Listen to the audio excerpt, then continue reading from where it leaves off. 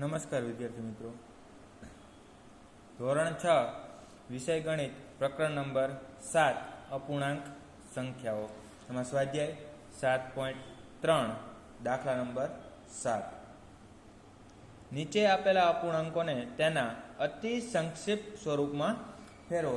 એટલે આપણને જે અપૂર્ણાંક આપેલો છે 48/60 એને અતિ સંક્ષિપ્ત સ્વરૂપમાં, એટલે કે એનું નાનામાં નાનું સ્વરૂપ, એટલે કે જ્યાં સુધી આપણે એના છેદ ઉડતા હોય ત્યાં સુધી એના છેદ ઉડાડવાના છે.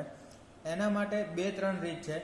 એક તો આપણે એનો જે આપણે અપૂર્ણાંક આપેલો છે એનો અંશ અને છેદ એ બંનેનો ગુસા શોધી અને એના ગુસા વડે આપેલા અપૂર્ણાંકને ભાગીએ તો આપણને અતિ સંક્ષિપ્ત સ્વરૂપ મળે. બીજું કે એના આપણને ભાગ પાડતા આવડતા હોય તો આપણે એના ભાગ પાડી પણ કરી શકીએ. તો જોઈએ, 2 રીત હું તમને સમજાવું છું. આપણે જે કરી છે એ તમને ફાવે તો એ રાખવાની, બીજી પણ જે રીત છે એ પણ તમને હું સમજાવીશ. જે તમને સરળ લાગે એ રીતે તમે દાખલો ગણી શકશો. બંને રીતે દાખલો સાચો ગણાશે. તો અહીંયા છે 48/60. તો મેં 48ના અવિભાજ્ય અવયવો પાડ્યા છે આપણે જેમ આગળ પાડતા એવી રીતના, કારણ કે અહીંયા મેં ગુસાની રીતે ગણેલો છે. તો ગુસાની રીતે ગણતા હોય ત્યારે 48 અને 60 એ બંનેના અવિભાજ્ય અવયવો લેવાના. કેવી રીતના? તો કે હું અહીંયા 48ના અવયવ લઉં છું. તો 48 છે તો 24 દુ 48, તો 2 × 24 એટલે 48, 2 × 12 એટલે 24, 2 × 6 એટલે 12, 2 તરી 6 એટલે 2 તરી 6 અને 3 એકા 3. તો 48ના અવિભાજ્ય અવયવ આપણને શું મળે? તો કે 2 × 2 × 2 × 2 × 3 48. બીજી સંખ્યા છે આપણી પાસે 60. તો 60ના પણ અવિભાજ્ય અવયવ લઈ લઈએ કે 60.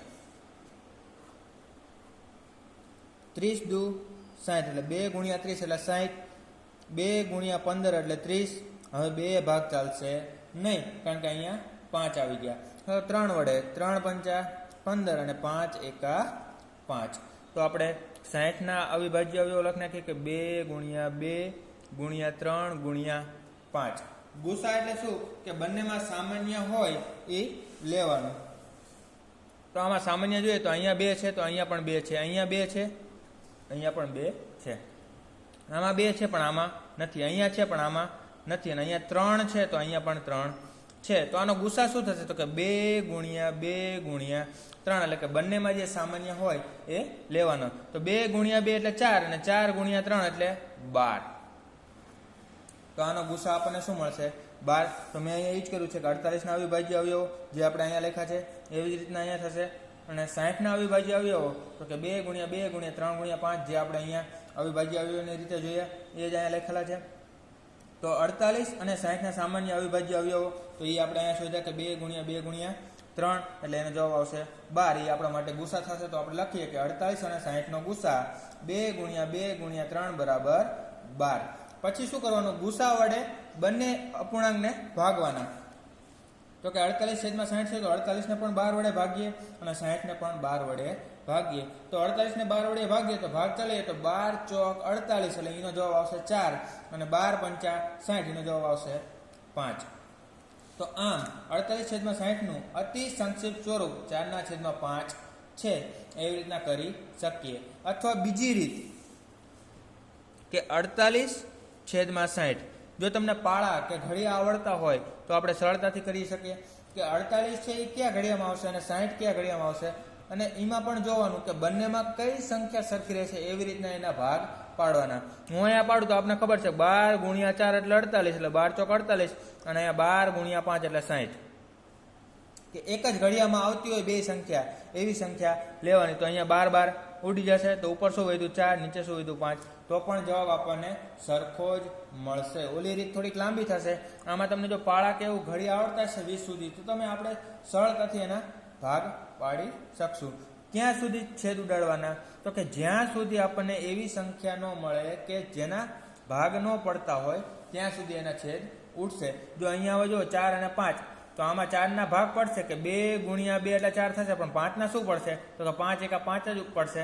તો ઉપર નીચે જો સંખ્યા એકે સરખી આવતી નથી એટલે છેદ ઉડશે નહીં. તો આનો જવાબ છે એ 4/5 એમનામ જ રહેશે. એટલે કે આનો હવે આગળ કંઈ સાદુરૂપ થશે નહીં. તો આ છે એ આપણો જવાબ.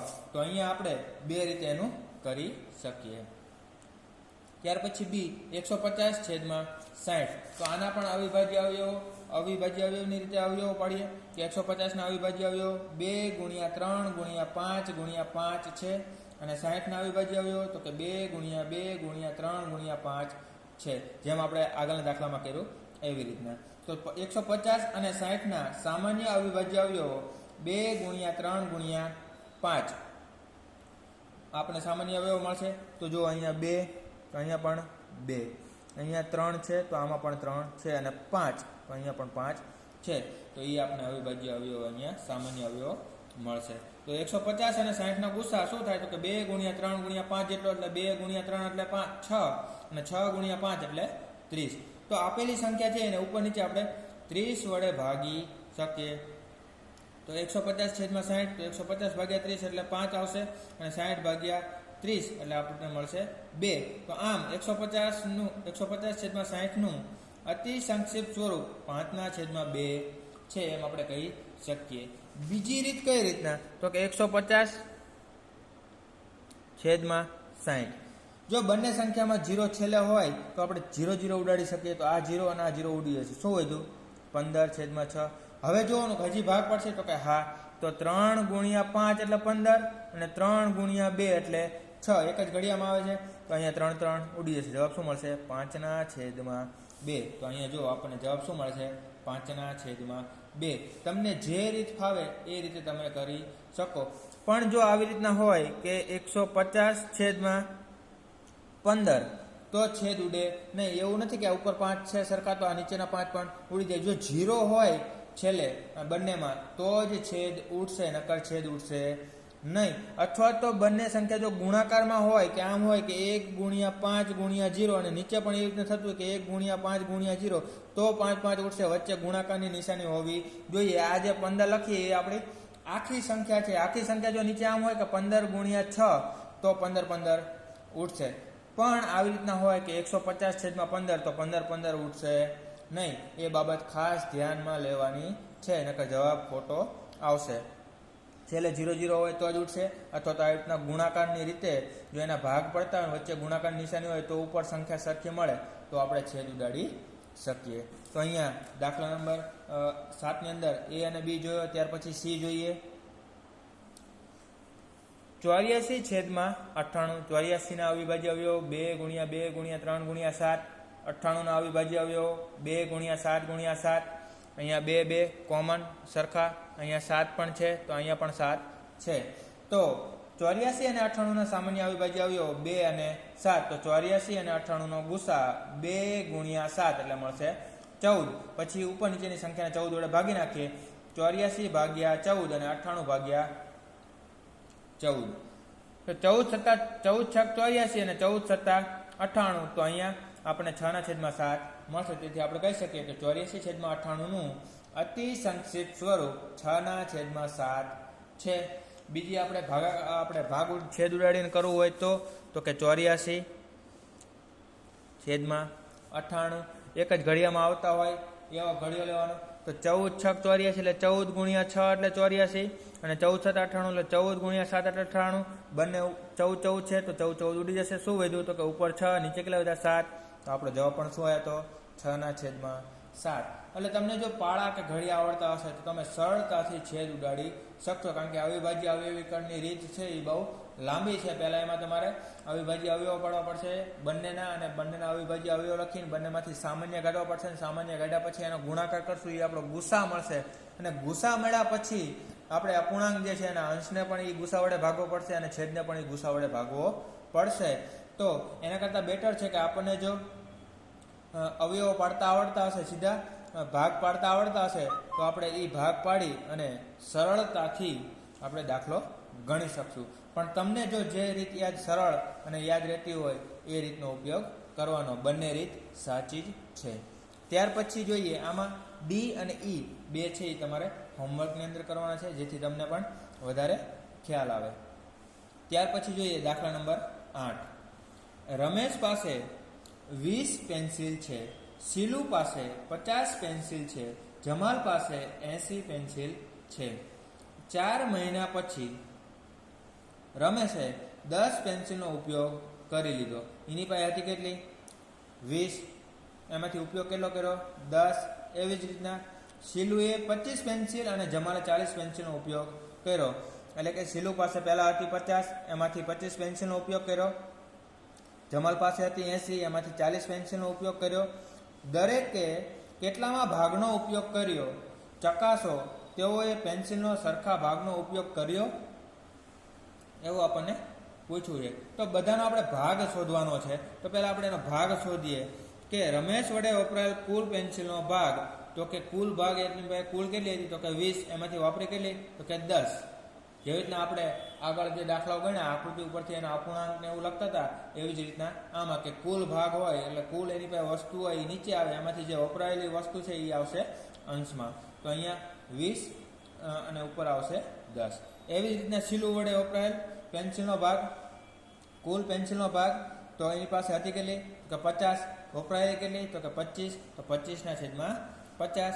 અને જમાલ વડે વપરાયેલ કુલ પેન્સિલનો ભાગ, એની પાસે કુલ હતી કેટલી? 80. વપરાયેલી કેટલી? તો કે 40. તો અહીંયા આપણે ત્રણેના ભાગ લખી નાખ્યા. તો અહીંયા આપણને ખબર પડી ગઈ કે દરેકે કેટલામાં ભાગનો ઉપયોગ કર્યો છે. ચકાસો તેઓએ પેન્સિલનો સરખા ભાગનો ઉપયોગ કર્યો છે. તો અહીંયા આપણે પહેલાં એને અતિ સંક્ષિપ્ત સ્વરૂપ આપી દઈએ કે 10/20 છે. તો અહીંયા જો તમે સીધું 0 ઉડાડી દો, જવાબ શું આવે? 1/2.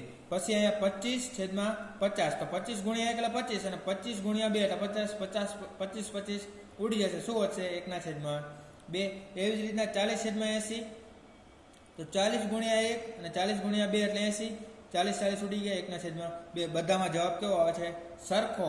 તો આપણે કહી શકીએ કે હા, બધાએ કુલ પેન્સિલનો એક સરખા ભાગનો ઉપયોગ કર્યો છે. તો અહીંયા આપણે આવી રીતના સરળતાથી દાખલો ગણી શકીએ. ત્યાર પછી જોઈએ દાખલા નંબર 9. દાખલા નંબર 9, સમ અપૂર્ણાંકોની જોડ બનાવો અને દરેકના બીજા 2 ઉદાહરણ લખો. એટલે અહીંયા આપણે સમ અપૂર્ણાંકની જોડ સામે સામે જોડ આપેલી છે એ બનાવવાની છે. કેવી રીતના બનાવશું? તો કે અહીંયા આપણને આપેલું છે કે 250/400, 180/200, 660/900, 180/360 અને 220/550. એની સામે આપણે અપૂર્ણાંક આપ્યા છે 2/3, 2/5, 1/2, 5/8 અને 9/10.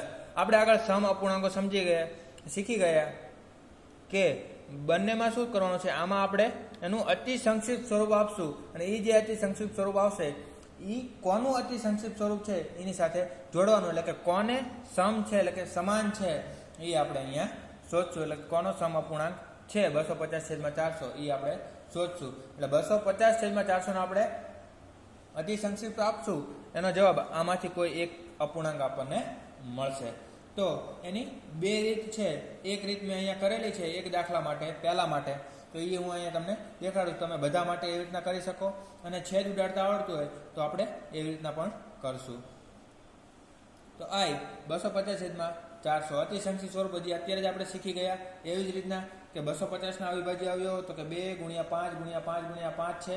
અને 400 અવિભાજ્ય આવ્યો તો કે 2 × 2 × 2 × 2 × 5 × 5.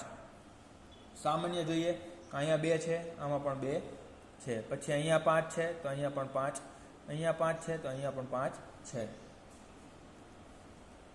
તો 250 અને 400 સામાન્ય અવિભાજ્ય અવયવો 2 × 5 × 5 અને 250 અને 400 નો ગુસા તો કે 2 × 5 × 5 એટલે 2 × 10, 10 × 5 એટલે 50. તો ઉપર નીચે આપેલી સંખ્યા છે ને 50 વડે ભાગવા પડે. એટલે કે 250/50 અને 400/50. 250/50 કરશો એટલે 5 મળશે અને 400/50 કરશો એટલે 8 મળશે. તો આમાં જોઈએ તો આપણને 5/8 અપૂર્ણાંક ક્યાં છે? તો ડી માં છે. તો આઈ સામે જવાબ શું મળશે આપણને? ડી. તો આઈ સામે હું અહીંયા સીધો જવાબ લખું છું ડી. ઓકે. તો એવી રીતના આપણને અહીંયા અપૂર્ણાંક મળે. તમે જો આ રીતે કરતા હોય તો આ રીતે પણ તમે કરી શકશો, પણ આ રીત થોડીક લાંબી થશે. એ કરતાં આપણે જે છેદ ઉડાડવાની રીત છે એ આપણે હજી આગળ કરશું બીજા દાખલાથી. અને બીજું કીધું છે એમાં દરેકના બીજા 2 ઉદાહરણ આપો. તો આવું જ્યારે આપણને કીધું હોય ત્યારે આપણને અપૂર્ણાંક કેવો મળે? તો કે 5/8 બીજા 2 ઉદાહરણ દીધા છે. તો આપણે કોઈ સંખ્યા લઈએ, કોઈ પણ સંખ્યા એને ઉપર નીચે સરખી સંખ્યા વડે ભાગવાનો. ધારો કે અહીંયા આપણને આપ્યું છે 5/8, તો હું ઉપર પણ 2 વડે ગુણું અને નીચે પણ 2 વડે ગુણું અને જે જવાબ આવશે એ આનો સમ અપૂર્ણાંક જ થશે. એટલે કે 5 × 2 અને 8 × 2, 5 × 2 એટલે 10 અને 8 × 2 એટલે 16. તો આ 10/16 જવાબ મળ્યો એ આનો સમ અપૂર્ણાંક કહેવાશે. એવી જ રીતના 3 લો, 4 લો, પણ જે સંખ્યા વડે ઉપર છેદને ગુણીએ એ જ સંખ્યા વડે અંશને પણ ગુણવાનો. તો આપણને એ જે જવાબ મળશે એ આપેલી સંખ્યા છે એનો સમ અપૂર્ણાંક થશે. જો બીજું ઉદાહરણ લખીએ તો 5 × 3 અને 8 × 3, 5 × 3 એટલે 15 અને 8 × 3 એટલે 24. તો 5/8 નો સમ અપૂર્ણાંક 15/24 પણ છે. જો 4 લઈએ તો હજી ત્રીજું ઉદાહરણ પણ આપણને મળે. એટલે ઉપર પણ 4 વડે ગુણવાના અને નીચે પણ 4 વડે ગુણવાના. પણ કોને? જે આપણને સંખ્યા આપેલી હોય એને, જેનો આપણે સમ અપૂર્ણાંક શોધવાનો છે એને. તો આવી રીતના પણ તમે કરી શકો. તો જોઈએ હવે બી ડબલ આઈ 180 છેદમાં 200. તો આપણે છેદની રીતે કરીએ કે 180 છેદમાં 200. તો અહીંયા જો 0 0 ઉડી જશે. ઓકે, ઉપર શું વધ્યું તો કે 18, નીચે શું વધ્યું તો કે 20. તો એના છેદ આપણે ઉડાડવા હોય તો કેવી રીતના ઉડાડી શકીએ? તો જોઈએ કે 18 છે એના અવયવો શું પડશે તો કે 2 નવા 18 અને નીચે મળશે 2 × 10 એટલે 20. તો અહીંયા છેદ ઉડાડે તો 2 2 ઉડી જશે. શું વધશે? 9/10. કારણ કે બીજા એકે ઘડિયામાં બંને સંખ્યા આવશે એવું શક્ય બનશે નહીં. એટલા માટે એના અવયવો 2 × 9 એટલે 18 અને 2 × 10 એટલે 20. તો 2 2 ઉડી ગયા. ઉપર શું વધ્યું? 9, નીચે શું વધ્યું? 10. તો એનો સમ અપૂર્ણાંક અહીંયા શું આપેલો છે? ઈ 9/10. તો બીજાની સામે જવાબ આપણને મળશે ઈ. ત્યાર પછી 660 છેદમાં 990. તો 660 અને 990 છેલ્લે 0 0 છે તો ઉડી જશે. હવે 66 છે તો 33 × 2 એટલે 66 અને 33 × 3 એટલે 99. તો 33 ઉડી જશે. તો 2/3. તો 2/3 ક્યાં છે તો કે એ માં. તો એનો જવાબ આવશે એ. ત્યાર પછી 180 છેદમાં 360, 180 છેદમાં 360. તો અહીંયા પણ 0 0 ઉડી જશે. 18 ના ભાગ પાડીએ તો 9 × 2 18 અને 9 × 4 એટલે 36. અથવા તો સીધા જ ભાગ પાડીએ કે 18 × 1 એટલે 18 અને 18 દુ 36. તો 18 જ સીધા આવી જાય છે. તો 18 ઉડી જશે. શું વધશે? 1/2. તો 1/2 ક્યાં છે તો કે સી માં. તો આનો જવાબ આપણને મળશે સી. એવી જ રીતના 220 છેદમાં 550. તો અહીંયા પણ 0 0 ઉડી જશે. 22 ના ભાગ પાડીએ તો 11 × 2 એટલે 22. 55 ના ભાગ પાડીએ તો 11 × 5 એટલે 55. 11 ઉડી ગયા. શું વધ્યું? 2/5. તો 2/5 ક્યાં છે તો કે બી માં. તો આનો જવાબ આપણને મળશે બી. તો આવી રીતના આપણને કોઈ પણ સંખ્યા આપી હોય તો એના ભાગ પાડી આપણે જોડકા જોડી શકીએ. તો વિદ્યાર્થી મિત્રો, અહીંયા આપણે સ્વાધ્યાય 7.3 પૂર્ણ કરીએ છીએ. એના હોમવર્કની અંદર દાખલા નંબર 7 નો ડી અને ઈ જે છે એ તમારે હોમવર્કની અંદર કરવાનો છે. તો હવે આગળના વિડીયોની અંદર આપણે સ્વાધ્યાય 7.4 છે એના દાખલાઓ ગણશું. ત્યાં સુધી દરેક વિદ્યાર્થી મિત્રોને નમસ્કાર.